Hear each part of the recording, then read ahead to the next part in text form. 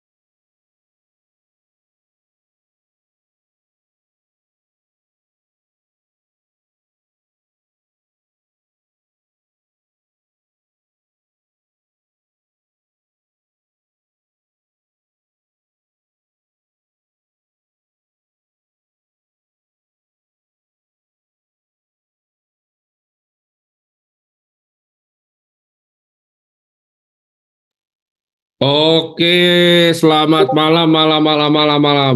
Kalimas ada mana nih? Kalimas ada. Bro kakak, bro kakak. Bro kakak mana bro kakak? Oke, ya. Waduh, kebanting suara gua, bos. Mic gua pakai mic Mac. Jadi kurang. Dia mic gua harus beli tuh. Oke. Jadi di malam kali ini kita akan bawa webinar tentang super mega cycle ya. Ini kenapa ada speaking language nih? Save dulu. Oke. Udah banyak yang taruh di Q&A. Sabar ya. Materi belum mulai, bos. Sabar dulu ya. Jadi kita bakal bawain tentang super mega cycle. Jadi gua akan bawain market outlook ya. Jadi gua actually udah lama banget nih nggak sharing outlook gua. Jadi apa yang gue perhatikan di dalam super mega cycle ini, karena kalian kan tahu sendiri super mega cycle tuh konsep yang kita gagaskan ya di awal tahun, dan sebenarnya banyak yang ketawain super mega cycle, tapi nggak masalah. We know what we're buying, we know the target prices, we know the valuation ya. Jadi kita tahu valuasi berapa, target price berapa, dan kita akan bawain outlooknya di sini ya. Jadi kita langsung aja tanpa banyak basa-basi ya. Basa-basi udah cukup. Nah, kelihatan semuanya? Bro kakak kelihatan, bro kakak? Nah. Aman bro, aman. Wah, siap. Jadi ini PPT ya, ngecek Bitcoin Outlook nih. Gue sebenarnya sambil makan maling loh, karena belum makan. Jadi kita langsung aja ya, kita lihat Outlook dari Bitcoin ini seperti apa. Oke, biar kita selesaikan yang ngejelimet dulu. Makin ini presentasi gue unik ya, jadi depan ngejelimet, belakang bakal lebih gampang. Kita akan mulai dengan makro dulu ya, sesuai dengan webinarnya Outlook. Outlook itu artinya apa? Kita bukan cuma edukasi, tapi kita kasih gambaran ya. Kita kasih gambaran ke kalian what's happening in the market right now dan what we're thinking ya. Kita bukan yang paling jago, kita bukan yang paling pinter. Tapi di sini kita udah berhasil ya menebak beberapa naratif di kripto. Memang ada salah, ya memang ada salah, tapi itu namanya analis di market. Ya bisa salah, bisa benar. Jadi kalau lu ngerasa kita bagus analisanya, silakan lakukan keputusan investasi itu dengan kalian punya tangan sendiri ya. Jadi jangan salahin kita. Dan webinar ini juga gratis ya. Jadi kalian nggak bayar sepeser pun untuk masuk ke webinar ini. Jadi 3.000 yang sini, congrats kalian udah terpilih ya. Cepet-cepetan pencet. Oh cepet pencet ya. Yang nggak dapat ya nggak dapat. Satu, Federal Reserve itu soft landing ya. Jadi artinya soft landing itu apa? Sederhana. Ini udah diekspektasikan bahwa dia akan rate cut di September, Oktober ya. Jadi September itu 100% akan di rate cut. Kalau misalnya ini sederhana ya, suku bunganya turun, kalian secara logika orang yang fund ya, pegang uang misalnya di obligasi, mereka bakal ngapain? Bakal tarik uangnya dan taruh di aset yang risky. Nah, kelihatannya dari mana? Kelihatannya dari kita lihat S&P, Nasdaq ya, itu turun. Tapi yang naik tuh Russell 2000. Nah, apa itu Russell 2000? Russell 2000 ini adalah indeks 2000 saham small cap. Dia terbang 2,5%. Indeksnya terbang 2,5% pas Nasdaq lagi nyungsep. Artinya apa? Ya, orang punya duit banyak nih. Tadinya misalnya, ini gue kasih biar kalian sederhana, biar kalian bisa pikirnya gampang ya. Misal 5% tadi ya. Bunga kalau kalian taruh di treasury misalnya 5%, misalnya. Ya. Nextnya jadi 4%. Lu malas dong taruh di treasury. Lu cari aset yang lebih beresiko. Nah, itu akibatnya. Kalau misalnya cut rate, small cap naik, crypto naik. Kalian gampangnya gitu ya. Interest rate naik, kripto disikat, small cap disikat. Gampang ya. Jadi kita lihat zaman dulu COVID ya kan. Ada yang bilang, kenapa zaman dulu orang tuh bakar-bakar duit ya di startup? Kalian harus pahamin makro, makanya penting untuk paham makro. Makanya ini kita sebutnya outlook ya. Jadi kalian akan belajar tuh banyak, holistik. Kenapa visi waktu itu marak gitu? Oh, bakar-bakar duit gitu. Belum dapat uang aja perusahaannya sudah dibakar. Ya. Baik di Indo, visi Indo maupun visi luar maupun visi kripto.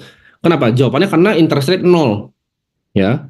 Jadi lu taruh di treasury lu dapat 0. Ya orang nggak ada yang taruh dong di treasury. Orang semua taruh di aset yang paling risky kalau 0%. Jadi dia makin naik, aset risky makin turun. Karena ngapain gua resikoin gitu. Kayak misalnya lu dikasih bunga bank nih, lu dikasih bunga bank fix 10%. Lu pasti males taruh di aneh-aneh. Karena ini udah 10%, udah fix gitu. Tapi karena bunga bank itu 3%, lu harus cari yang di atas dari 3%. Paham ya? Jadi Otomatis dengan kita lihat di sini ya, ini equal weight S&P 500 beating its cap weighted peers for third straight week ya. Selama 3 minggu ya, ini udah rotasi. Jadi namanya sektor tuh ada rotation ya, sektor rotation ya. Dia bisa naik, dia bisa turun ya. Dan jadi kita lihat large cap itu naik kemarin, Nvidia terbang, bisa turun. Nah, kalian pasti mikir, lah ini kan traditional finance, tapi apa hubungannya sama kripto ya kan? Nah, ini yang orang-orang kripto doang, kripto native itu nggak punya pemikiran holistik. Dampaknya apa? Otomatis kalau small cap yang diburu, dia cari aset yang lebih risky lagi. Ya, jadi mungkin gini, misalnya portofolio, oke 50% kita big cap, kita besarin sekarang small capnya 40%. Nah, sekarang kriptonya 10%. Paham gak ya? Jadi kriptonya tuh dari tadi misalnya 2% jadi 10% sekarang. Alokasi di fundnya. Nah, ini yang bikin nanti harganya akan naik dan terbukti naik kan sekarang. Kenapa? Karena S&P-nya turun dan dirotasi ke small cap. Jadi ini tuh kayak air terjun. Kalau nggak salah kayak air terjun. Dari paling atas ya tadinya misalnya mereka taruh di treasury, udah pindah yang lebih risky, S&P turun lagi, Russell ke crypto gitu. Jadi ini kayak waterfall ya. Ini basically gue jelasin makro ya. Kalau kalian belajar di sekolah lumayan kompleks, tapi gue coba jelaskan dengan cara sederhana. Nah, ini pertanyaannya kan, kenapa April sampai Juli itu kalian merasa semua kalian kayak lagi di apa ya itu? Gue tadi mau sebutnya bahasa kasar, tapi bahasa bahasa halusnya apa? Di disulitkan ya, disulitkan ya. Tadi gue mau pakai kata yang jelek. Kenapa April sama Juli itu market crypto tuh sulit? Sederhana. Where is the money? Ya, kalian tanya itu, ya. Jadi kalau kalian pikir, oke, Bitcoin tuh ke atas, ke bawah, ke kiri kanan, ke atas, ke bawah, ke kiri kanan. Kenapa? There is money, oke? Karena Bitcoin sederhana, supply and demand, supply and demand. Nah, ini iShares ya, ini data dari Bloomberg. BlackRock Bitcoin Fund itu raking money ya. Lihat ya, Januari, Februari, Maret. Jadi lu kalau mau dikasih data bla bla bla bli bli bli blu blu blu itu semua nggak ada gunanya ya. Kenapa stagnan? Intinya uangnya lu lihat di sini ya. Funds flow-nya. That's it. Ya. Price action tidak akan pernah terjadi kalau nggak ada uang yang masuk duluan. Jadi gue melihat seperti ini di Mei turun, gue kayak waduh. Ini Juli masih turun nih. Ya. Juli udah naik, nah ini mungkin dia akan naik lagi nih ya, Agustus September. Feeling gue di September nih ya, kata kuncinya di September ya. Karena ini sederhana. Oh, Januari, Februari, Maret euforik semua orang, wow, kripto. Dia April, sekarang kita lihat aja ya di sosial media kripto tuh udah basi. Kenapa? Karena ini, karena funds-nya nggak flow. Kalau lu nggak punya smart money yang masuk ya, retail tuh digelepak kayak itu kabur semua. Wah, mereka kayak ini lemmings. Kalau kalian tahu binatang namanya lemmings, dia itu jalan rame-rame ya kan sampai ke jurang, wah terjun semua. Sedangkan kalau fund-fund besar ya. Jadi yang alokasi ini fund besar. Jadi misalnya dia punya fund 100 billion, dia akan alokasi 1 billion di IBIT-nya BlackRock, seperti itu cara mainnya. Ya, fund dia 10 billion, dialokasi 100 juta dolar.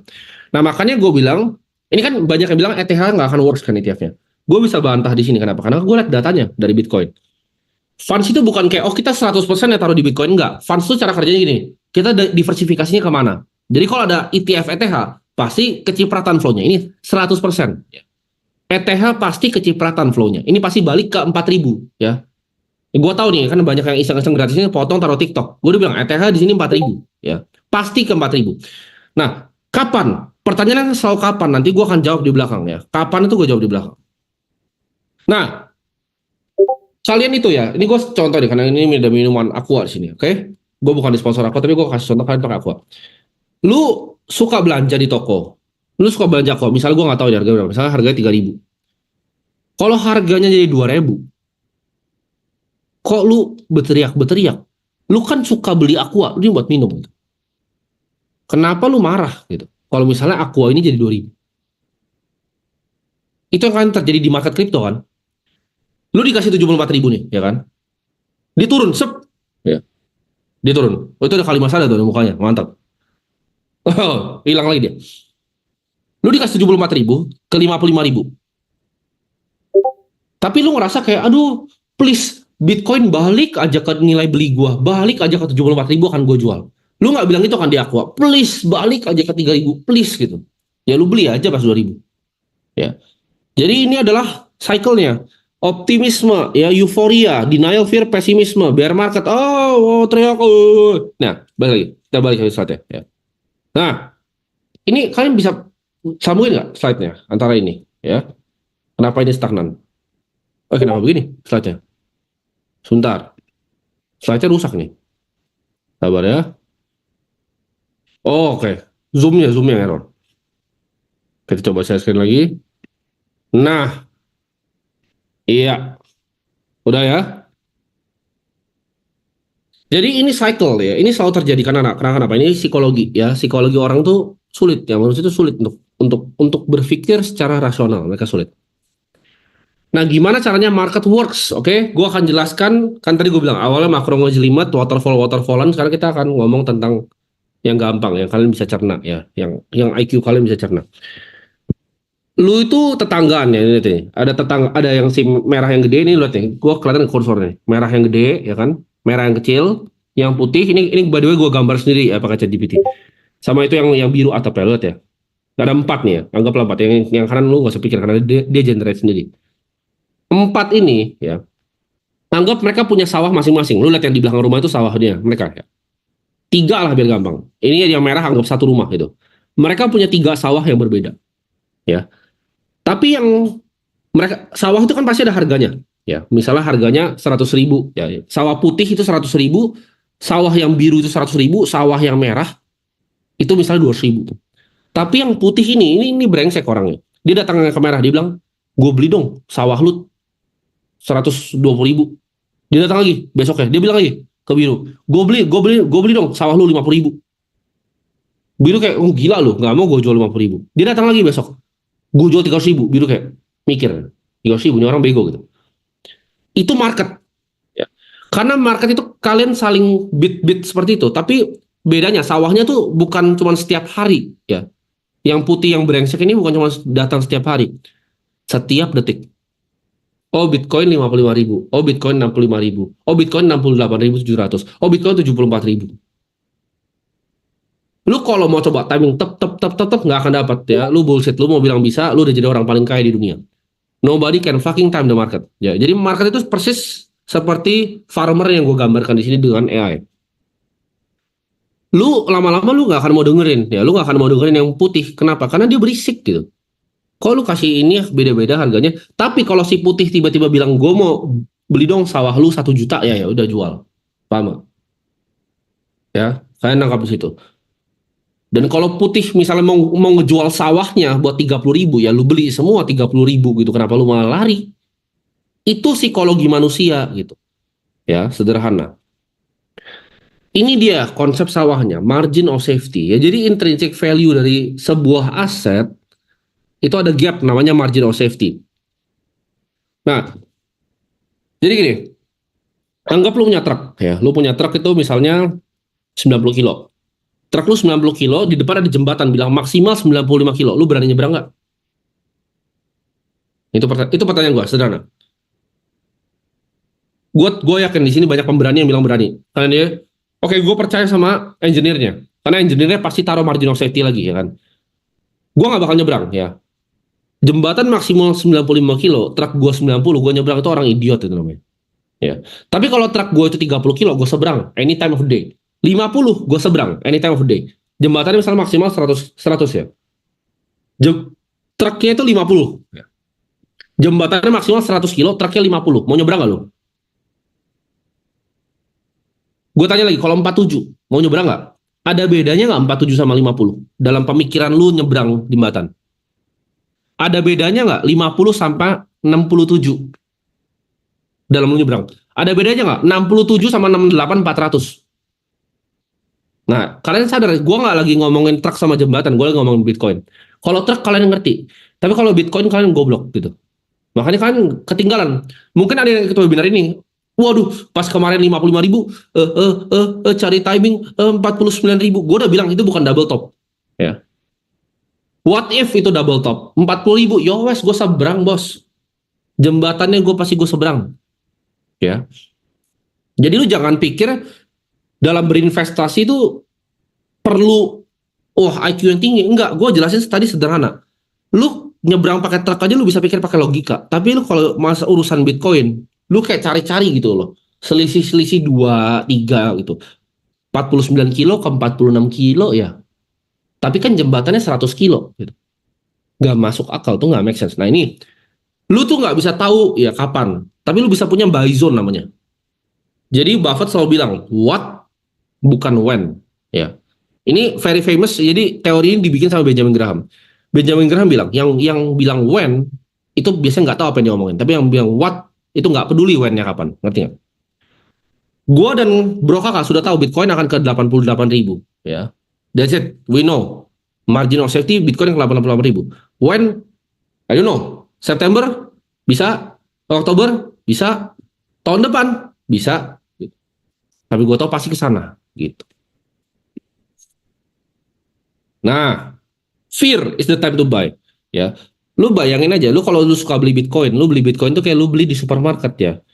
Gue bilang tadi, lu kalau suka aqua di supermarket, ketika harganya murah lu beli lagi ya. Ketika lu suka apa, ini ada banyak nih nugget maling ya, cocok dalam supermarket, itu ya lebih murah, lebih bahagia. Kenapa di aset orang bilang kalau murah tuh, oh tunggu nanti lebih murah lagi ya, beli bos. Coba di sini, lu angkat tangan di rumah gitu kan. Walaupun gua nggak ada ngeliat semua chat di sini, cuman lu angkat tangan di rumah yang ngerasa nggak beli Bitcoin pas 55.000 kemarin. Itu lu kalau kayak beli Aqua nih, tadinya harganya 6.000, terus jadi 5.000 gitu. Ya dibeli lebih murah gitu. Ini barang gitu, ini barang. Makanya orang-orang market ya. Ini bedanya gua kan traditional finance. Orang traditional finance itu jago sekali di kripto akhirnya. Kenapa? Karena orang kripto itu rata-rata ya, sorry itu saya bodoh banget gitu. Cara mereka pikir tuh terbelakang. Orang traditional finance kalau lihat ya, kayak Pantera Capital, mereka belinya pakai margin of safety belinya. Pantera itu traditional finance. Semua hedge fund kripto itu traditional finance. Tidak ada yang native kripto. Ya. Yang meledak pun Triaros itu juga dulu traditional finance. Kenapa? Karena kita punya gambaran yang lebih holistik dibanding crypto native people. Crypto native lihat turun dia turun. Berteriak turun. Traditional finance enggak, ya. Karena kita lihatnya kayak belanja. Kita sebutnya bahkan barang. Kayak saham itu barang gitu, sebutnya barang. Jadi kita nggak pernah ngomong, oh saham ini, barang ini apa gimana. Itu. Waduh, dia udah skip banyak banget ya tadi kepencet-pencet. Nah, ini adalah titik buy-nya seller by the way. Kalian tahu kan average dia itu berapa? Ini kelihatannya kayak orang, nih, kalian perhatiin deh. Di Februari 2021 orang pada kira dia orang tolol beli di top ya. Di Desember 2021 orang juga katanya orang tolol beli di top. Di Februari 2024 itu di Twitter juga ramai dikatain dia tolol beli di situ. Tapi apa yang terjadi Michael Saylor? Lihat sekarang, dia hartanya orang paling kaya di kripto nomor 4. Kenapa? Because he know the margin of safety. Ya, ini bedanya pemain traditional finance sama pemain kripto. Saylor tuh punya perusahaan publik, jadi he knows how to play the game. The game adalah margin of safety. Buat dia punya valuasi sendiri yang kemarin dia share. Valuasi dia gila, gua nggak mau ikutin. Dia gila, gua punya valuasi gua sendiri. Saylor valuasinya bisa 3 juta lebih per koin. Dia nggak peduli mau koinnya 100.000, 200.000, 240 balik ke 80, dia nggak peduli. Lu lihat deh cara dia beli. Orang bilang ini, oh ini mah cuma ngasal beli. Enggak, ini namanya pakai margin of safety dan deploy cash yang benar. Dia itu cari volatilitas di dalam saham MSTR-nya. Karena ketika strike price option saya cepat naik turun, dia dapat hutang murah. Nah, itu kalian nggak sampai pikiran di situ. Itu yang dia pakai untuk tembak-tembakin di setiap titik ini. Titik yang warna hijau kalian lihat di sini. Dan hasilnya apa? Very good portfolionya. Sama seperti borong Bitcoin gua. Gua outperform mungkin kalian semua di sini dengan borong Bitcoin. Kalau ada yang bilang, oh gue kalian borong Bitcoin lu mana? Buka portofolio selama setahun, drop di tanggal yang sama, belinya kalian terserah. Ayo gue challenge, buktiin dan kasih ke gue hasilnya. Ya, jawabannya nggak ada yang bisa. Karena gue pakai konsep margin of safety. Gue tahu Bitcoin 88.000. Anything below that, gue nyebrang. Nah, it's not about the when, it's about the what. Gue udah sebutin tadi. Bukan when tapi what. Lu lihat nih, ini artikel nih disebutin sama kayak apa, Christine Lagarde ya, gue gak peduli namanya. My very humble assessment that it is worth nothing ya. Kenapa? Harganya 29.408. Di ujung, ini scatter plot dari semua berita-berita yang mencoba take down Bitcoin. 29.408, dia bilang it is worth nothing. There's no underlying asset. Lu bisa bayangin gak? Katanya nggak ada underlying aset. Tapi sekarang 68.000 bos. Gue beli pasti bacot ngomong ini. Ya, si Christine Lagarde ini bikin artikel bacot makanya ya, kebanyakan jurnalis di kripto atau ya komentator-komentator, gue sebutnya komentator karena mereka bukan pelaku pasar, tidak ada portofolio, kerjanya cuma endorse, itu bukan pelaku pasar ya. Kalau pelaku pasar itu nggak ada endorse. Gitu. Pelaku pasar itu nggak perlu endorse. Karena kita make money in the market. Next. Waduh, ini slide-nya kenapa begini? Wah, oke. Ini adalah chart linear dari IDR Bitcoin. 1,5 Bitcoin tuh inevitable ya. Ini kalian catat tanggalnya ya di saat ini. Salah lagi tanggalnya gue. Cepet-cepet tadi gue bikin slide-nya. Jadi gue bikin slide ini buat kalian yang penasaran ya, kayak orang Aceh itu bikin materi tuh kayak gimana sih? Gue sama kakak ya, ini lu bisa confirm ke bro kakak ya, nanti dia akan confirm di talk dia. Gue bikin slide ini nggak ada 10 menit. Karena gue pas terbang dari Singapura sini gue udah pikirin di otak terus buat masukin. Jadi salah tanggalnya, mohon maaf ya. Tapi Bitcoin 1,5 miliar itu udah inevitable menurut gue dalam rupiah. Balik lagi, kita pakai truk sama jembatan. Jembatannya 1,5 M, truknya 1 M. Beli nggak? Belilah. Lu nggak beli terserah lu gitu. Nah ini dia. Ini hal penting di dalam investasi. The most important thing when you find yourself in a hole is to stop digging. Pernah nggak kalian beli aset terus kalian average, please, kayak kalian beli kaos. Ini anggap ini kaos kaki ya, lebih gampang ya. Lu beli kaos kaki ya dari 100.000, terus harganya sekarang diskon ke 50.000.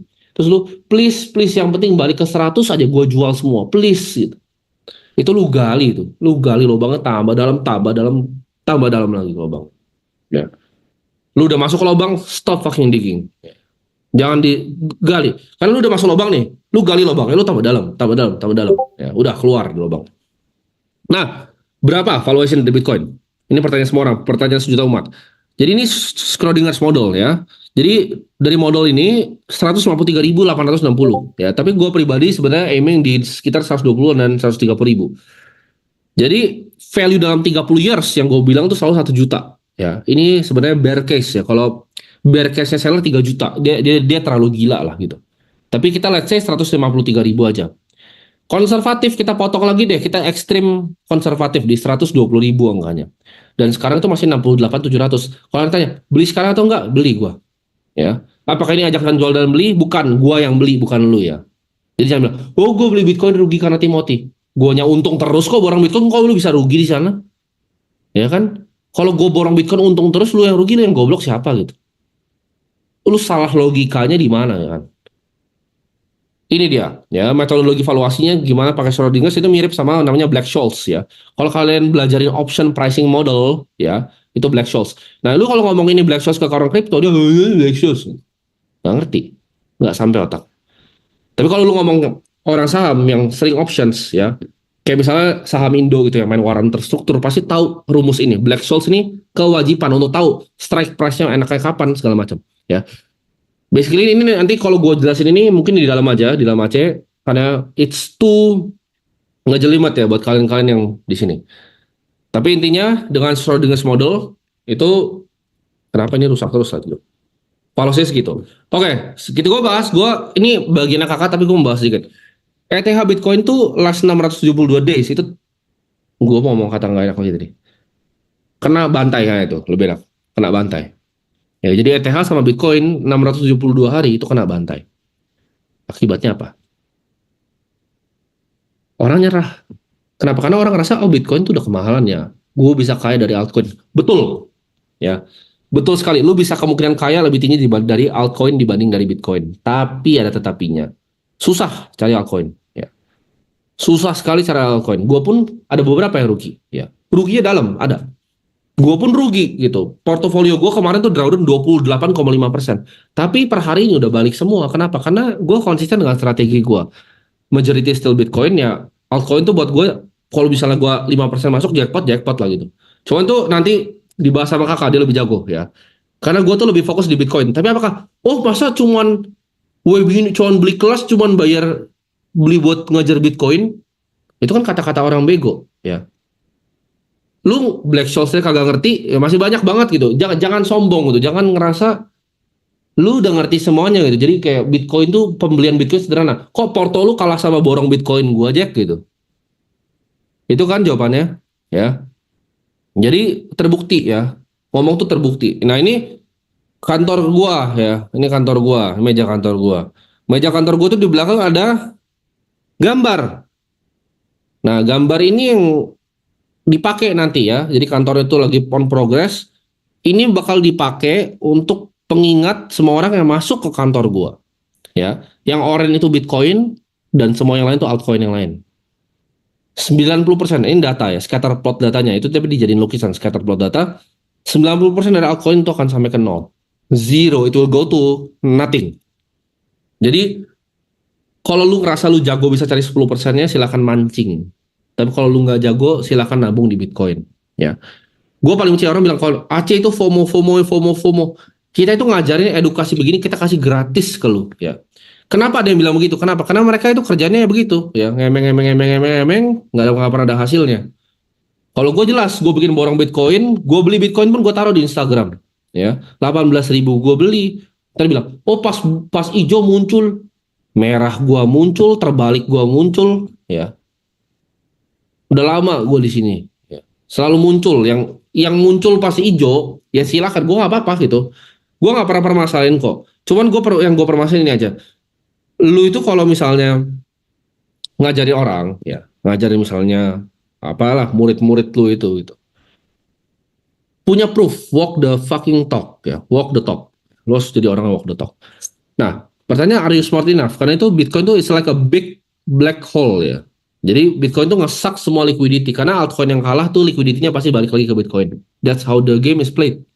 So are you willing to play the game atau enggak? Gitu. Jadi kalian paham. Sebenarnya gue ngomong tentang makro tentang Bitcoin, kalian tahu outlook-nya bahwa beli sekarang itu oke. Tapi pertanyaan apakah itu memuaskan kalau misalnya kalian modalnya tidak sebesar gua? Jawabannya gua pribadi I would hunt for altcoin. Gue tuh ngomong begini karena gue di size yang gue begini gitu. Jadi tapi kalau kalian mau pikir size yang lebih kecil, mungkin strategi gue cuman margin of safety-nya tipis, ya kan? Itu kurang bagus. Lebih bagus lu cari truk yang sekilo, tapi jembatannya 100 kilo. Nah itu asik tuh. Nah itu kali Masada aja jangan gue. Nah, the best investment you can make is always in yourself ya. The more you learn, the more you earn. Jadi itu yang kita ajarin di Akademi Kripto. Kita tambahin basically modul baru ya.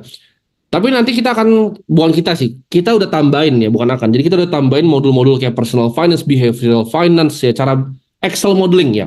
Lu masuk ke dalam Excel modeling kita itu lu bisa sampai jadi financial analyst ya. Tentang banking semua kita juga ada di dalam ya. Kripto tuh cuman kayak sprinkle bumbunya, tapi modulnya banyak di dalam. Nah, jadi 500 lebih, ribuan sih sebenarnya. Kita teach fundamentals-nya, basically. Gimana sih caranya kalian mau belajar ya? Teknologi Bitcoin itu apa? Kalian bilang, oh tapi beli kelas belajar Bitcoin, lu ngerti nggak? Base 58, ya. Encodingnya, ngerti nggak? Nggak kan? Nah, belajar. Masih jauh ya. Lu masih banyak sekali ya ilmu yang lu belum tahu tentang Bitcoin. Ya, Bitcoinnya huge, apalagi kripto yang lain, ngatur keuangan dan lain-lain. Nah, kita juga ada interaktif live session sebenarnya seperti ini, tapi banyak kan bro kakak yang ngajarin kuliah kripto, fundamental, margin call, and stuff. Dan, nah kita juga kasih research ya, level institusi, nah kalian silahkan cek sendiri aja nanti. Dan kita, ini yang menurut gue sebenarnya paling valuable ya, karena orang bilang kan, oh ini mahal, gitu kan. Iya, tapi yang lu dapetin di sini ya, ini kan pikiran gua gitu. Orang yang punya aset kayak kita itu belum tentu mau sharing pikirannya ke kalian. Kenapa kita mau share pikiran kita ke kalian? Karena ini adalah komunitas yang kita bangun di sini. Ya. Jadi ini menurut gue the most valuable thing, even dibanding modul-modul yang kita buat sampai ribuan. Ini lebih valuable. Dan ini ibaratnya ini gratisnya kita. Ya. Yang kalian nonton di sini itu tentang makro itu tipis banget dibanding modul-modul akademik kripto yang setebel ini. Jadi kalian tahu kualitas kita, webinar gratis kita itu lebih mahal dibanding orang jualan kelas 7 juta gitu. Ilmunya lebih ada. Kenapa? Karena yang ngomong itu berbobot ya. Real praktisi, portofolionya ada, track record ada, terbuka. Bukan cuma ngaku-ngaku doang. Jadi our every thought itu kita bakal tuangin di sini.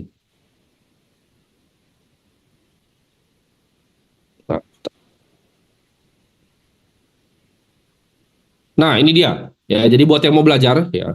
Buat yang mau belajar ini silakan lu foto ini screenshot dulu aja ya. Ini pasti udah hilang sekarang, paling lu screenshot terserah lu ke akademikripto.com untuk belajar. Nah, kita akan lanjut ke sesi selanjutnya. Bro Kakak, boleh silakan Bro Kakak. Kita akan Oke, sesi ya. altcoin nih Bro, abis Iya. Bitcoin. Oke, selamat malam teman-teman semuanya. Ini s- saya ini ya pegang HP baru ya mau pesen terang bulan ya. Gantian gue makan. Iya, crafting ya, yang manis-manis. Tapi udah cukup ya, manis ya, ditemanin 4.300 teman-teman yang lebih manis di sini. Oke ya, tanpa berlama-lama, what a nice ya presentation dari Bro Timothy tadi mengenai the whole fundamental things, dan saya akan deep dive ke dalam kuantitatif ya. Yang mana di sini berdasarkan ya data, angka dan juga fakta. Ini sweet combo ya, karena ada Bro Timothy, ada saya juga ya yang menyampaikan mengenai crypto super ya, mega cycle. Tanpa berlama-lama, oke, coba kita akan melakukan presentasi ya di sini.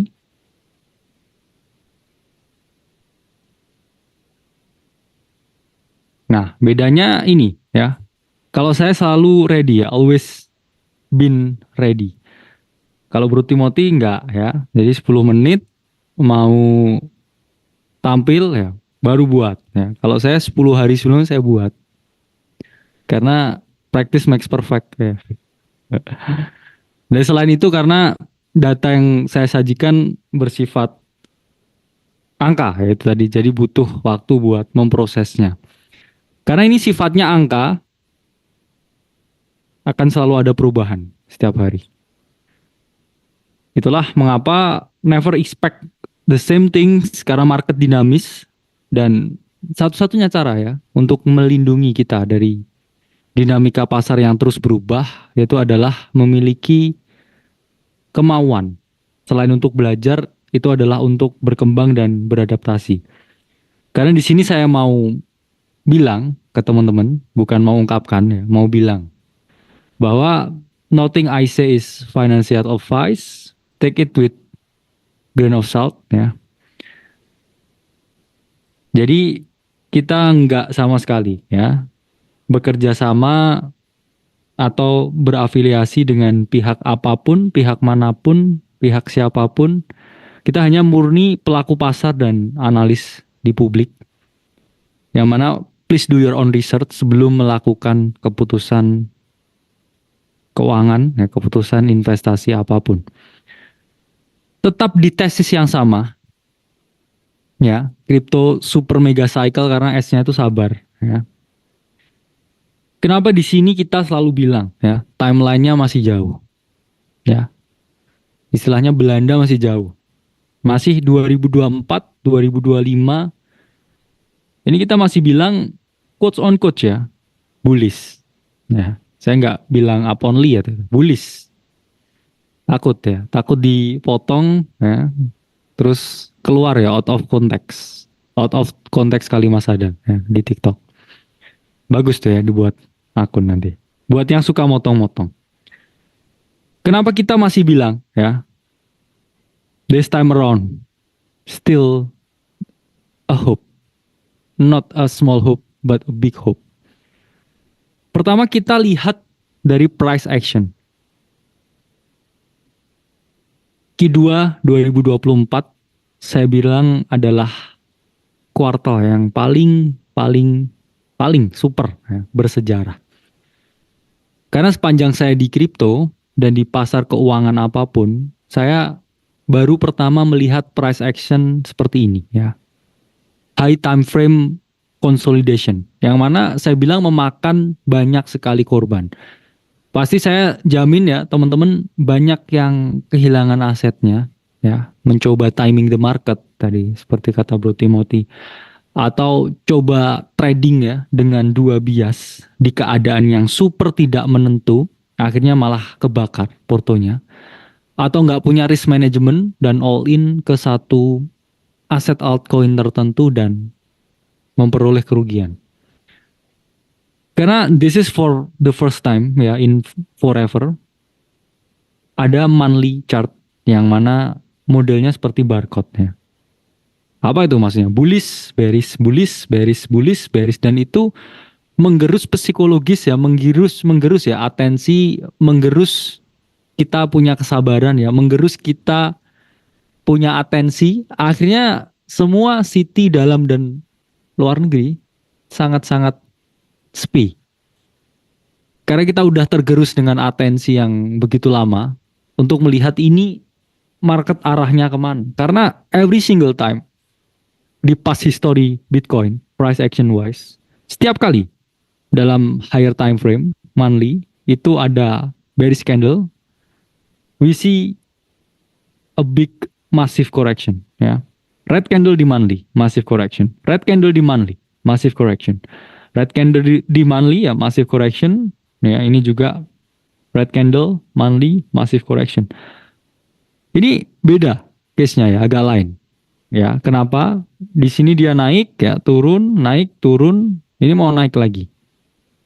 Dan ini kalau kita lihat ya technical wise, kita sebenarnya retest secara sempurna ya. As long as kita di atas 60.000, it means kita retest ya previous all time high.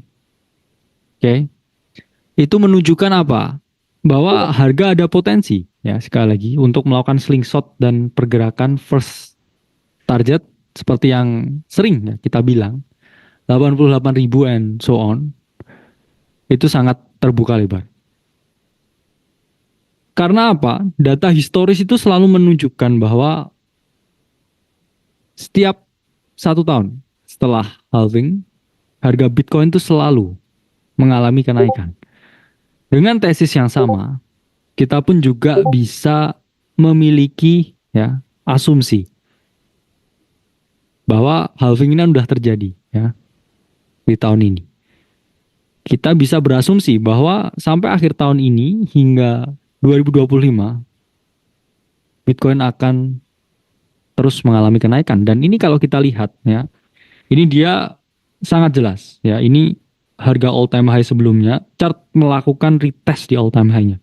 Yang mana kalau kita lihat di sini November 2012 halving pump it up. Juli 2016 halving pump it up. Mei 2020 halving pump it up. Dan sekarang ya halving retest previous all time high, a very very big chance Bitcoin gonna rip up from this area ya. Yang mana pasti akan memberikan ya hal positif ke berbagai aset altcoin lain. Almost certain. Itu cuman matters of time. Memang ya banyak yang menyerah ya, di range ini, banyak yang sakit ya, nggak berdarah. Tapi harusnya ya kita tetap semangat melihat ke depan ini ada opportunity kemana ya. Kemudian ada beberapa ya on-chain data yang saya suka dan kita gunakan untuk melakukan analisa. Ini adalah days since 100% gains. Ini adalah indikator dari Into the Cryptoverse. Every single time the orange dot flashing, kita bisa melihat kenaikan harga dari Bitcoin. Oke. Flashing up, flashing up, flashing up, flashing up, flashing up, flashing up. Ya. Flashing up, dan ini flashing lagi. It means there is some momentum di algoritma dari indikator ini. Okay, some mathematical formula yang merumuskan ya. Dari some big chance market akan mengalami kenaikan, especially Bitcoin. Dan kita juga bisa melihat fakta bahwa memang ETF itu memberikan inflow yang sangat amat besar. Ya, ini data dari The Block. Ini yang kita bilang sebagai institutional demand. Para institusi itu sekarang menginginkan Bitcoin semuanya. Like a piece of cake ya. A very tasty cake. Hampir semua institusi besar itu want a piece of Bitcoin. Dan ETF ini adalah jembatan antara institusi dan retail dan kripto. Ini terbukti memberikan inflow yang sangat amat luar biasa ke Bitcoin. Kenapa? Karena setelah 10 Januari 2024 Bitcoin ETF diperdagangkan, kita hampir naik double untuk Bitcoin. Dengan tesis yang sama, oke, kita juga bisa expect the same thing happens ke dalam yang baru aja ya, di approve ETF-nya dan diperdagangkan ETF-nya, yaitu adalah Ethereum. Nanti akan kita bahas lebih detail mengenai kenapa Ethereum juga memiliki a very very big chance untuk bisa mengikuti jejak ya kakaknya, itu adalah Bitcoin. Dan selanjutnya, memang ini isu yang sangat memanas. Kita tahu ya by data bahwa US election itu selalu memberikan positive impact. Ya, setahun sebelum election di US, Bitcoin itu selalu mengalami kenaikan by history. Setahun setelahnya itu juga mengalami kenaikan. It means, okay, what's gonna happen will happen. Tapi one thing for sure, crypto punya outlook yang sangat positif, terutama Bitcoin. Dan kedua calon presiden Amerika sama-sama very interest ke crypto. Sebenarnya mereka don't give a damn. Mereka hanya nggak mau mengabaikan. Oke? Para investor crypto yang ternyata jumlahnya itu sudah sangat besar. Ya, udah ratusan juta. Mereka nggak mau abandon these people. Karena these people will bring a lot of political power. Ketika mereka endorse ya para pemain kripto, ini saya bilang bocil kripto, nggak tahu bocilnya bisa voting atau enggak ya. Antara dua kubu ya, merah dan biru, tujuannya satu, yaitu orange, Bitcoin. They both knows ya bahwa to win this election mereka harus sangat terbuka ya dengan adopsi cryptocurrency. Siapapun yang terpilih, it will be very bullish for Bitcoin. Dan sekarang lagi ada Bitcoin conference ya di Nashville. Let's see ya if there is some good news ya, we gonna see. Selanjutnya kita melihat ya big player itu sudah sangat melek ya dengan berbagai aset kripto, berbagai altcoins karena Grayscale, oke, perusahaan investasi di kripto baru saja ya meluncurkan Grayscale Decentralized AI Fund. Kita lihat Nvidia running solo ya, saya bilang anomali. Oke, SPX keep on making new all-time high, so does Nvidia, tapi Bitcoin dumps. Oke, Bitcoin mengalami penurunan yang signifikan. Sekarang ini mulai catch up. The whole tech Web 2 ya, bridging ke Web 3. Karena nggak mungkin Grayscale ini membuat ya Grayscale Decentralized AI Fund tanpa ya mereka melihat peluang yang bagus di altcoin. Berarti dia melihat ya bahwa ETF dari Ethereum it will bring a lot of value kepada altcoins, dan mari kita lihat ya seperti apa ke depannya, karena money keeps on flowing ke ekosistem kripto dan it will mean a lot kepada semua proyek-proyek altcoins. Dan ini data dari Crypto Choreo, Viadon Analytics. Ini adalah berbagai ya early investment yang dilakukan oleh VC, bukan VC ya, VC. Ini menunjukkan kalau kenaikan ya by percentage itu masih belum apa-apa dibandingkan dengan kenaikan altcoin yang diinvestasikan oleh VC di early round di bull market sebelumnya ya. Di bull market ini ya we have not ya seen anything yet. Masih belum. Oke, ada yang hold altcoin minus 50%, 60%. Oke. At some point it will rip up 500, 600, 400, 300%. Matter of when, matter of patience, matter of have risk management, dan tahan ya, tahan lihat sakit. Ya, kalau masih dibawa ke naik ya, dibawa ke turun, nggak apa-apa ya. Kamu aja siap ya biasanya ya, menunggu ya, gebetan ya, atau menunggu significant others ya. Tapi nggak sabaran di market. Ya, sabar, oke? Your time will come. Dan sekarang by data kita masih ya, ini altcoin season index. Kita masih di dalam Bitcoin season sekarang. Belum altcoin season. Tapi secara logika ya, alangkah jauh lebih baik kita load up sekarang sebelum nanti dinyatakan udah resmi alt season. Itu adalah waktunya, udah saatnya jual. Karena altcoin season index yang mengungkapkan ya, saya ungkapkan ya, ini altcoin alt season index. So, altcoin season ya, ini menurut altcoin season index. Yaitu telat, lagging. Kenapa? Karena itu melihat pergerakan 50 altcoin terbaik dibandingkan Bitcoin selama 90 hari terakhir. Jadi ada 90 days window di mana altcoin ini udah perform Bitcoin, udah outperform Bitcoin, terus kamu mau beli, oke, beli sekarang altcoin season index. Ya istilahnya apa ya, bahasa Jawanya wani perih ini. Ada orang tahu ya. Harus paham bahwa investasi di kripto is very volatile, ya. Oke. Don't blame others for your own losses, karena semua orang juga in loss ya. Porto saya waktu drop itu juga drawdown ya, lumayan 37% hampir dari top. Oke. Dan saya hold ya. Sekarang udah recover ya. Udah di bawah 20% drawdownnya.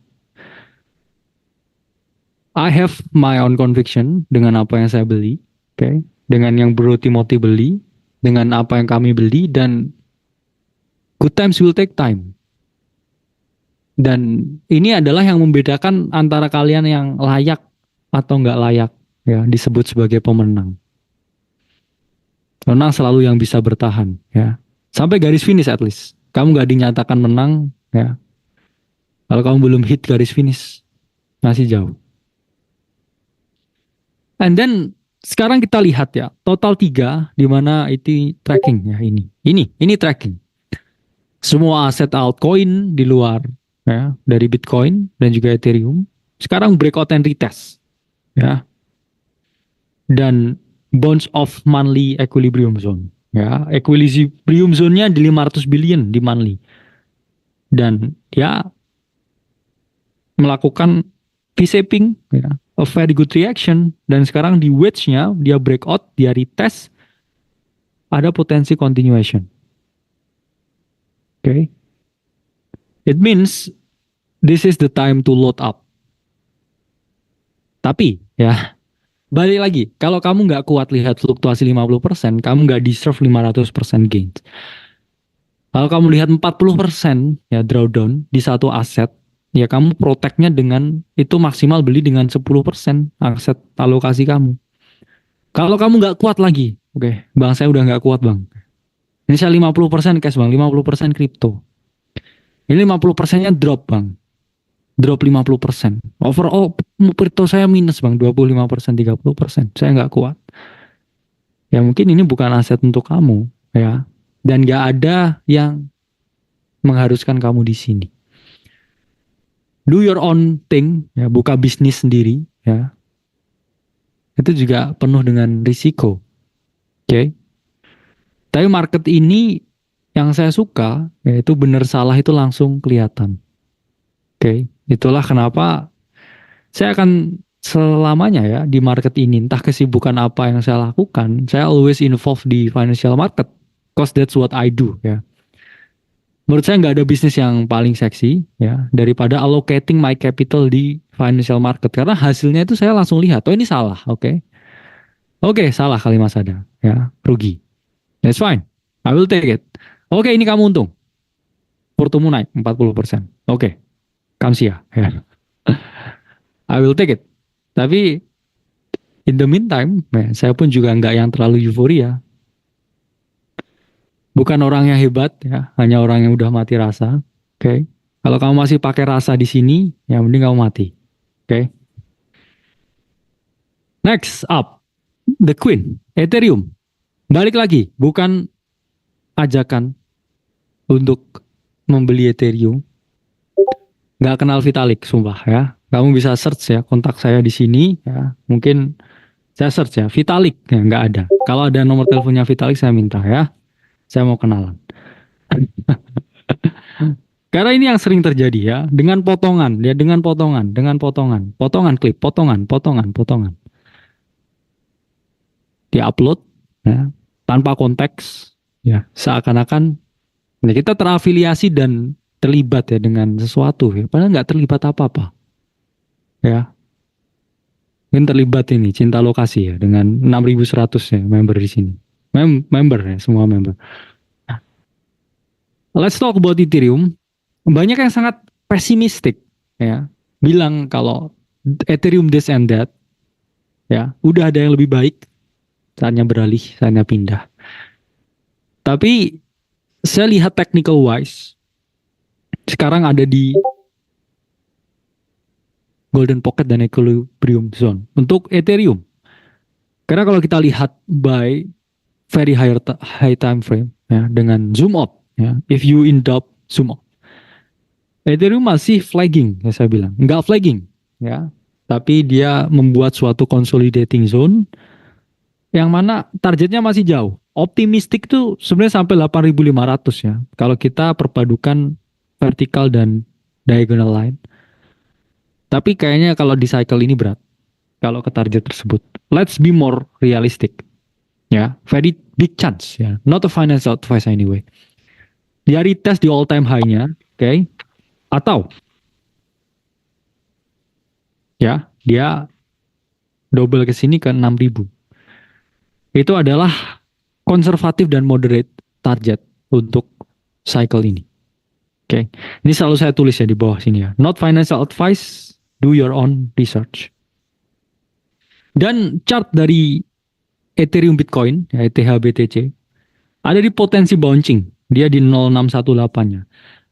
Setelah beratus-ratus hari mengalami penyiksaan, ya, penyisaannya apa? Yaitu adalah Bitcoin yang perform lebih bagus. Ya, ini seperti bumi dan bulan. Ya. Bulannya lagging, pasti ada masalah. Tapi namanya lagging itu bukan berarti ditinggalkan, bukan berarti stopping. Ya, lagging bukan berarti stopping. There will be time ya ketika Ethereum ini outperforms Bitcoin. Karena memang ada bawang merah ya, Solana ya, dengan berbagai teknologi-teknologi baru yang dibangun ya, project altcoin baru dibangun di atas ekosistem Solana. Tapi pertanyaannya, berbagai project yang udah settle dan dilirik ya quotes on quotes oleh smart money besar, ini semua parkirnya di Ethereum. Jadi itu yang membuat kenapa Ethereum sangat lagging ya, waiting a very big smart money inflow. Sementara Solana ini tempat yang mudah, murah, cepat. Sehingga banyak teknologi baru di sana dan karakteristik dari VC ya, yang selalu saya bilang lebih condong ya ke para pemain baru. So it's what happened di market sekarang dengan euforia Solana yang sangat tinggi, karena the market love to speculate. Itu adalah the nature of crypto ecosystem. Tapi kita juga nggak bisa deny fakta bahwa berbagai big altcoins yang memiliki big demands itu semua parkir ya. Parkirnya itu ada di ekosistemnya Ethereum. So let's see ya dari range ini. Dan on-chain-nya ya, Ethereum juga belum mengalami kenaikan yang signifikan ya. Revenue drop cukup parah. Nah, ini data terakhir dari token terminal, hampir 30% ya, 27% to be exact. Jadi sepinya ya keadaan, dan ETF-nya baru di perdagangan. Berarti masih ada waktu ya, masih ada waktu bagi Ethereum buat catching up ya, the bids. Jangan nunggu rame lagi, jangan nunggu hijau lagi, oke? Okay? If you have a big conviction di Ethereum, scaling in bukan merupakan ide yang buruk. Karena kita ada di 3.300-an ya, di low 3.000, masih bisa ke high 3.000, 4.000, 5.000, 6.000, not financial advice, tapi memang faktanya historical data ya yang mendukung. Data, fakta dan angka ya. Kamu bisa berbohong tentang segalanya, tapi kamu tidak bisa merubah data, fakta dan angka yang dipaparkan kali Mas Ada. Ya, tuh. Oke. And Bitcoin ETF launch waktu awal tahun ini itu bring a lot of market momentum. Itulah kenapa Bitcoin hampir naik double ya. 70-an% setelah ETF launch Bitcoin, Bitcoin mengalami kenaikan. Dan sekarang ya Ethereum ETF launch, what's gonna happen? Apakah kita juga akan pump 70%? Banyak big analis saya bilang yang bilang at least 1/3 dari euforianya atau inflow-nya dari ETF ini akan diserap oleh Ethereum. Oke, it means ya hanya 20-an%. Tapi balik lagi ya, in the long run masih sangat bullish dan very similar price action. Apa yang terjadi ketika ETF dari Bitcoin diperdagangkan 10 Januari 2024, in the first week itu dump 10% Bitcoin. Terus setelah itu naik 71%. Ini similar ya dengan Ethereum. Oke, saya bilang ke teman-teman ya di Aceh bahwa most likely ya saat itu Ethereum itu akan sell the news ketika ETF diperdagangkan dan terjadi ya. Saya bilang di equilibrium dan Ethereum setelah diperdagangkan jebret ya drop 10%. Apakah ini akan menjadi hal yang sama ya 10% kemudian ripping up seperti yang kita lihat di Bitcoin? Who knows? Tapi data, fakta dan angka berbicara ya. Dan ini hal yang saya suka ya. Memang Ethereum harganya orang bilang banyak yang nggak kemana-mana. Tapi kalau kita lihat ya data dari Glassnode, jumlah jaringan ya, alamat jaringan Ethereum itu terus mengalami kenaikan yang signifikan. Begitu juga dengan barangnya itu di Ethereum nggak pernah ini ya parkir di exchange. Oke, beli ya di exchange, keluar terus diutilize di ekosistemnya. Itu apa? Itu menunjukkan bahwa memang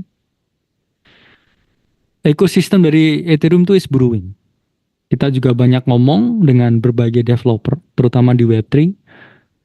The only programmable money is Ethereum. Karena hampir dicoba semua dan the best is still Ethereum. Itulah kenapa the big player masih condong ke sini.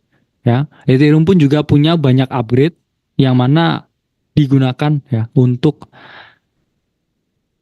meningkatkan ya efisiensi, terutama kalau kita ngomongin gas fee yang relatively ya, mahal dibandingkan yang lain. Tapi sama seperti semua tempat ya, ada harga ada kualitas. Mungkin itu ya yang dipikir oleh Vitalik, ya, ada harga ada kualitas bro ya. Jadi nggak bisa asal. Oke. Daripada buat chain ya yang nggak bisa apa-apa, ya mending mahal ya tapi stabil. Itu mungkin pikirannya ya. Karena semua yang ada di ekosistem Ethereum ya, contoh layer 2 ya, itu sangat menunggu ya. Menunggu, please I'm begging you Ethereum ya.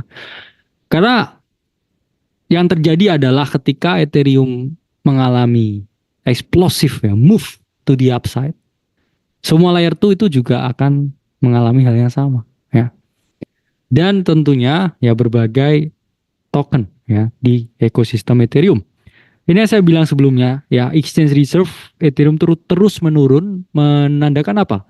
Mereka nggak banyak yang simpan di berbagai checks ya. Beli, lempar keluar buat di-utilize. Beli, lempar keluar ya buat dApps ya. Beli, lempar keluar buat staking and so on and so on and so on. So, in the long run ya, on-chain data says yes ya untuk Ethereum. Lalu ya, sang penantang ya, selingkuhan. Bawang merah, Solana, ya. Itu yang menjadi pro dan kontra sebenarnya. Kenapa beli Bitcoin itu yang paling aman? Ya karena selalu ada Ethereum killer Solana. Next up ada Solana killer. Nanti ada the next Solana killer killer. Ya. The killer of Solana killer killer. Ya. Terus ya itulah altcoin. Ya. You have to be very adaptive ya, bukan adaptif ya, adaptif, solutif, inovatif ya, dan nggak punya fixed mindset. Oke, okay? Karena yang saya ungkapkan bisa benar, ya. Yang saya ungkapkan bisa salah. Di market bukan dewa ya, tapi orang yang terus mencoba. Ya. Even saya pun setiap hari selalu belajar. Ya. Semakin belajar semakin nggak ngerti. Ya. Semakin banyak yang harus dicari tahu, harus dipelajari. Saya harap kalian juga melakukan hal yang sama. Ya. Never satisfy dengan sesuatu yang kalian miliki saat ini, ya, terutama hal yang bisa diimprove. Ilmu pun juga bisa diimprove. Oke, okay? Apakah Solana udah enough, have had enough di cycle ini, atau memiliki chance untuk berkembang? Ya, pertama kita lihat ya price action wise, ya Ethereum masih lagging nih, ya di sini. Solana udah jalan duluan, ya. Mungkin ini, ya. Slogannya Solana nih, ya, cocok nggak cocok jalanin dulu, ya mungkin. Karena yang terjadi Solana jalan duluan, ya Ethereum ditinggal. Saya bilang itu tadi ya, lebih cepat, lebih murah, oke. Okay? Kualitas nggak tahu ya, karena awal tahun kemarin juga mati juga ya. Kualitas nggak tahu. Jadi price action wise ya, ini lebih baik dari Solana. Karena kita pun lihat juga perbandingan Solana dan ETH, ya Solana jalan duluan, nah, ETH lumayan, tinggalan. Tapi selalu ya, yang namanya di lari maraton, yang paling cepat di 100 meter itu belum tentu yang menang ya, setelah putar-putar 10 kilo. Oke. Okay? This will catch up. Let's see. Karena on-chain, ya Solana memang cenderung lebih stabil daripada Ethereum. Ya, revenue nggak drop sama sekali ya, 30 hari terakhir di tengah keadaan altcoin yang serba tidak pasti. Ethereum dropnya 27% ya revenue-nya 30 hari terakhir. Solana relatif stabil. Oke, okay? Karena itu tadi, very spekulatif ekosistem yang menyelimuti ya the whole cryptocurrency. Ini yang membuat memang Solana outperform. Dan ya Q2 ya 2024 hampir ya semua project-project baru itu launch-nya di jaringannya Solana. Ya, jadi ekosistem Solana memang Q2 ini eksplosif. Ya. Price action wise memang masih bisa going up higher. At least ke new all time high, dan ya banyak yang bilang ya sampai 4 digit. Tapi I think di cycle ini ya belum ya. Q2 2024 Solana did very well. Ya, kita bisa melihat berbagai project-project yang lahir ya di Solana. Ini menunjukkan kalau memang ya itu selaras ya, kita lihat on-chain-nya di token terminal ya, revenue is very good. Kita lihat ekosistem yang brewing ya. Ini data dari Mesari ya, banyak token-token baru, banyak project-project baru lahir di sini. Especially the meme era itu memang lebih gila di Solana ya. Berbagai meme coins yang lahir di Solana itu juga menjadi salah satu faktor kenapa dia jauh lebih ramai ya bandingkan Ethereum. Dan berbagai sektor keuangan real ya, salah satunya PayPal yang issuing ya new stable coins PYUSD. Mereka juga udah mulai melirik Solana ya. Ngeliriknya gini. Nah, karena dia melihat ya bahwa oke juga nih, nah gini ya, murah, cepet, kadang mati. Nah, apa kita kesini ya, karena lebih efisien dan lain sebagainya. Jadi stable coins market cap dari PY USD is growing, okay, relatively ke USDT dan USDC, yang mana adalah the main contender di market saat ini. Oke, ini ada tesis edukatif ya. Baik lagi dibaca sini ya. Not financial advice, do your own research. Nggak kenal Satoshi Nakamoto, juga bukan Satoshi Nakamoto, ya. Nggak bisa pom-pom Bitcoin, Solana, Ethereum dan semuanya, ya. Hanya analis, ya, bukan pakar keuangan ya, mungkin pakar percintaan ya lebih tepatnya. First of all, Bitcoin target ya. Saya nggak suka kalau ditanyain target. Karena kalau targetnya nggak kecapai, ini ya, saya dimarahin. Ya, saya biasanya dulu dosen marahin mahasiswa, karena saya dimarahin ya oleh mahasiswa-mahasiswa online. Ya mungkin karma ya. Bitcoin, I think 100.000, ya, 120.000 pasti ya. Nggak tahu kapan ya, tapi pasti. Karena kalau saya ini ya buat tesis edukatif, saya yakin Bitcoin pasti harganya lebih tinggi ya 5 tahun dari sekarang. Oke, at least 100% ya, or less ya. Tergantung top of cycle ini, yaitu adalah 100.000 dan 120.000 ya. I think that's gonna happen. Dan kemudian Ethereum dan Solana, kalau Bitcoin ke 100.000, 120.000, ya at least naik 200%. ETH dan Solana. Tapi balik lagi, kalau Bitcoin nggak naik, ya dua ini nggak naik. Kalau Bitcoin naik, dua ini ada kemungkinan naik 200%. Kalau ya kita nggak ngerti. Somehow ya the biggest threat, ya biggest cyber security attack, ya, dan everything goes to zero, ya. Don't blame me, ya. Karena saya juga akan mengalami losses juga, ya, sama-sama market participant. Dan big caps 5x, ya, depend on big caps. Karena ini kecenderungannya market sekarang mereka lebih suka invest on the winners. Karena apa? Yang main institusi semua. Institusi nggak mungkin ya cari yang valuasinya kecil, selalu yang valuasinya besar. Ya, untuk satu mengurangi market impact, dua dia pengen lihat produknya, tiga dia juga pengen lihat community-nya. Dan low cap masih 10x, tapi saya bilang karena institusi ya, low caps tidak terlalu dilirik saat ini. Ya, mereka fokus banget ke Bitcoin, fokus ke Solana, ya, bangun-bangun berbagai ya proyek-proyek kecil dan di up di market, ya, dump di tax listing, and so on and so on and so on. Itu yang terjadi sekarang. Tapi memang some good projects, good fundamentals project itu masih memiliki very very big chance sampai akhir tahun 2025. Jadi masih sangat panjang ya, kita maratonan aja bareng ya. Kadang nggak perlu lari-lari ya.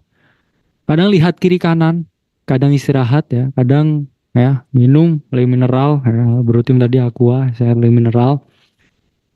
Tukar pendapat, saling menguatkan ya, saling menyayangi ya. Kita maraton bareng lah ya.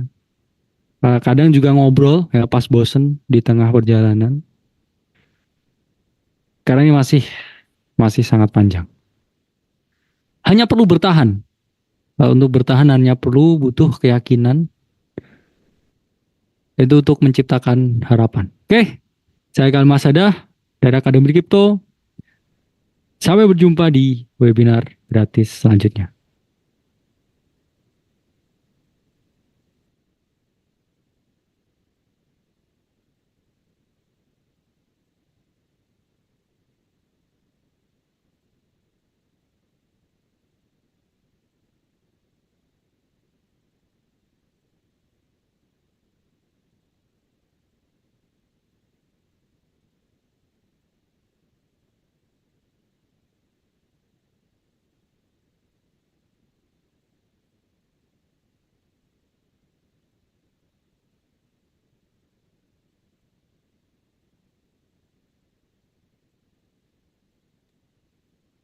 Ditunggu webinar gratis selanjutnya ya. Dan sebelum ditutup ya, we love you guys ya. That's what I can say. Thanks for the support. Thanks buat opportunity-nya ya, buat berbagi. Sedikit pengalaman, sedikit kegelisahan, sedikit curahan. I'm not perfect, but I always try to be better. See you again next time.